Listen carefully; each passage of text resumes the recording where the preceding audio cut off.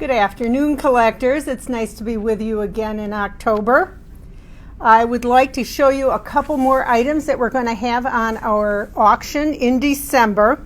It'll be a 2-week window that you will have to bid, and then once the highest bids are confirmed at the end of the auction period, we will confirm your bids, and we will, once we've received payment, we will be shipping all these great items from our Minnesota offices.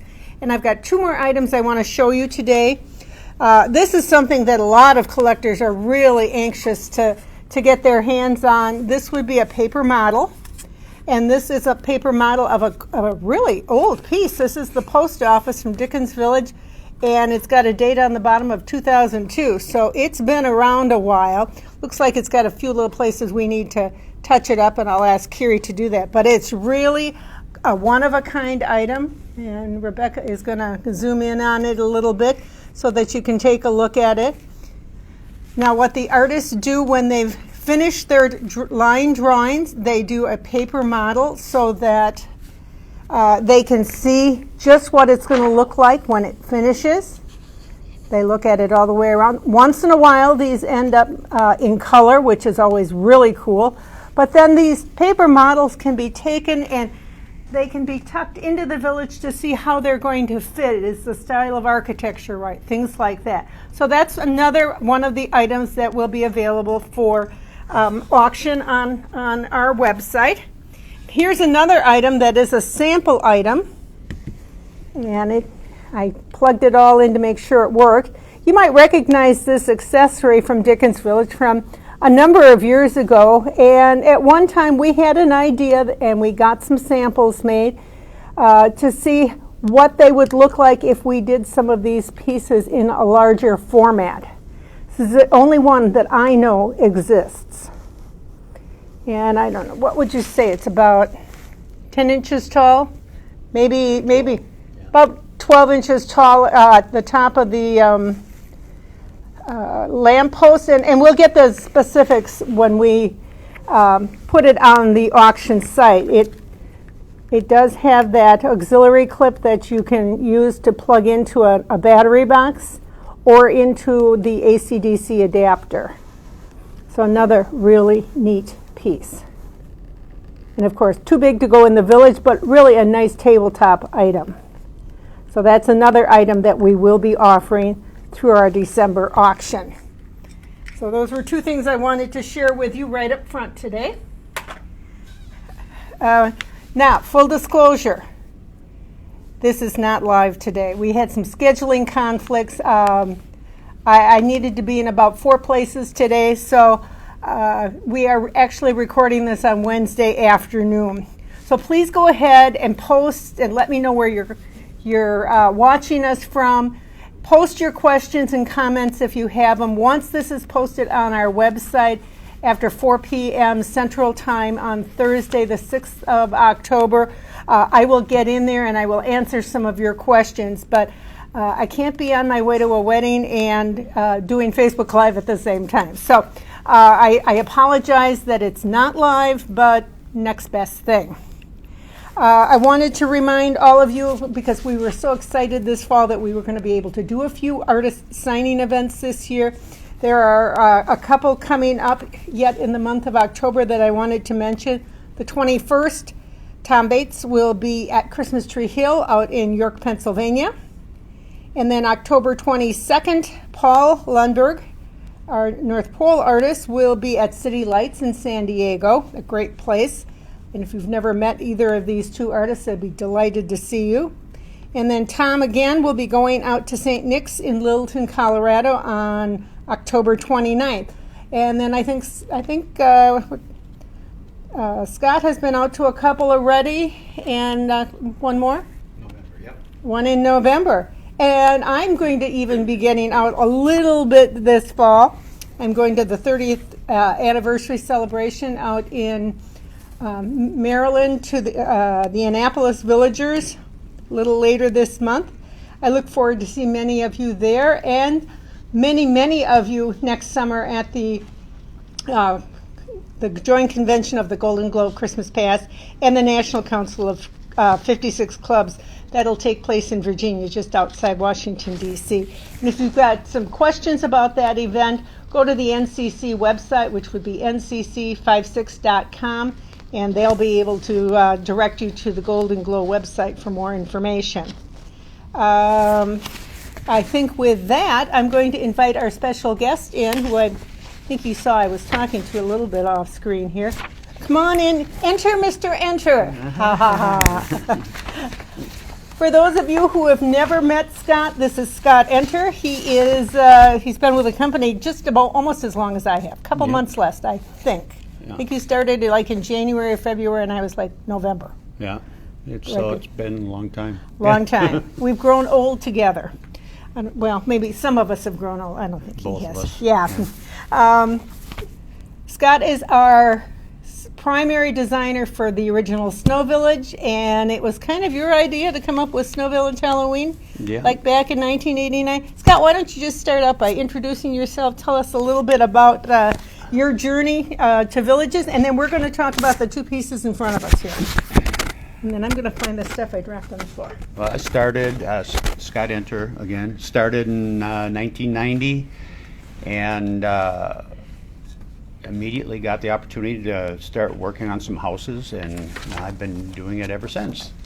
Is that what you were hired for? No, I was hired as a photographer. I was going to do all the shots for catalogs and brochures, and at the time everything was done, so they asked if I could draw, and so then I started drawing and never went back to what I was hired for. So. Had you ever done drawing like that before? I mean, I've done a lot of painting and stuff like that, but never real character drawing or architectural drawing, no. So it's kind of on the job training, huh? On the job training with a great teacher back in the day. So. Yeah, and we've seen a lot of people come and go, and we're both still here, so that's pretty cool. Okay, well, Scott, I asked Scott to stop in this afternoon and talk about Halloween because it's October. And when we were going back and forth and talking about, well, what should we talk about? You know, what is there to talk about with Halloween? And I said, we get a lot of questions about our two most popular sub-series in Halloween, and that is the Witch's Hollow and the Trick or Treat Lane. And did you know that they both started the same year? Actually, I did not. I know as an artist, and when I talk to Tom and to Paul, they say the same thing, that it's hard to keep straight which pieces are from which years, because you're already you're completing 2023 right now? 2023 is done, working on 2024, yeah. Wow. So, yeah, it's hard when people say, so what's coming out this year, it's hard to remember what's coming out or what's coming out next year. And sometimes you'll get something already completed and then have to hold it till next year? Oh, yeah. And so when people ask, sometimes they get blank stares back because we just don't remember. So. It's not that you're being dumb, right? Well, no. No, not at all. Okay, so what were the inspirations for these two series? Let's start with Trick or Treat Lane. Well, Trick or Treat Lane is probably started up mainly because of the success of Christmas Lane in Snow Village, and tell them what that is. So Snow Village, you have the general Snow Village, and then you have a sub-series which is over-decorated houses, and that is called Christmas Lane, and it's just a lot of glitz and glitter, and each house has a theme, right? All the houses are mainly single-family homes, so the cost isn't going into the size of the house. The cost is going into all the attachments and glitter that goes onto them. With the success we had there, we decided to do the same thing with Halloween. Not everybody wants the scary-looking pieces, and so Trick or Treat Lane is more the family-friendly pieces, which same thing, lots of glitz and glitter, and all of them have a certain theme to them. Okay, and why are you so interested in over-decorating houses? He's got to share this with us. I guess working for Department 56, everybody in the neighborhood just expected me to do it. So and I love Halloween, I love Christmas, and so I've been decorating houses, or my house, for a long time, and This one is kind of, I used to have all the eyeballs I put in the bushes and the trees, and they all lit up, and every year something a little different. And now my kids are, adults, and they've moved on, and all the people in the neighborhood or the kids in the neighborhood come back just to see what I'm doing, and are a little disappointed if I don't. So, do you do a theme? More by area. So Yeah. it's like. Do you one try to area do it different every year? Well, somewhat. Somewhat, yeah. It gets kind of expensive and a lot of stuff to store. Same problem everybody has. So. Yeah. Okay. Well, let's talk a little bit about this piece in particular, the Glares and Stairs house. And it was funny, we were talking about it, and Scott's like, "Which piece is that?" The Eyeball House, which would have been a cute name too. Sometimes we Yeah. come up with the names when we turn them in, and we just have a generic name on them. So it never gets to the point where we see what the new name is that's put on them. And in this case, that was a great name for it, and that came from Rick and his team, and so it's a fun name. Okay, and here's one of the illustrations that you dug out for me today, and Rebecca's going to kind of zero in on this. And this one is a little different, isn't it? Well, yeah. Sometimes because there's so much stuff on them, and with a village like this, the idea is to have just your everyday house. So the house is done alone and separately, and then after I build the model, I start decorating them as if you would your own home. So come up with themes and then just add. So even your paper model would not have the accoutrements on it. Well, no, the paper model. So when we send the paper model overseas, at that point it has all the lights. It has all the lights and the signage and glitter and everything on that. So it's kind of done. But it's not done in paper. You actually do yes. the colored lights, and Right. if it's got garland on it and things like Yeah. that. They actually do. You've got a kind of a cool area in your workroom, Yeah. which is right next to my office, and they have all these little bins that have all these little add-on attachments that they can use. And if they're not there, you go to Michael's or Hobby Yeah. Lobby or Yeah.